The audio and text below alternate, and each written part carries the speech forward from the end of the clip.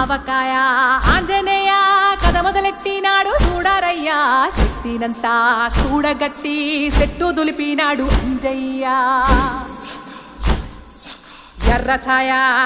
ఛాయ కోతి అవతార వెంటమాయ కత్తి సేత పట్టకుండా కాయ కోసినాడు కపిలయ్య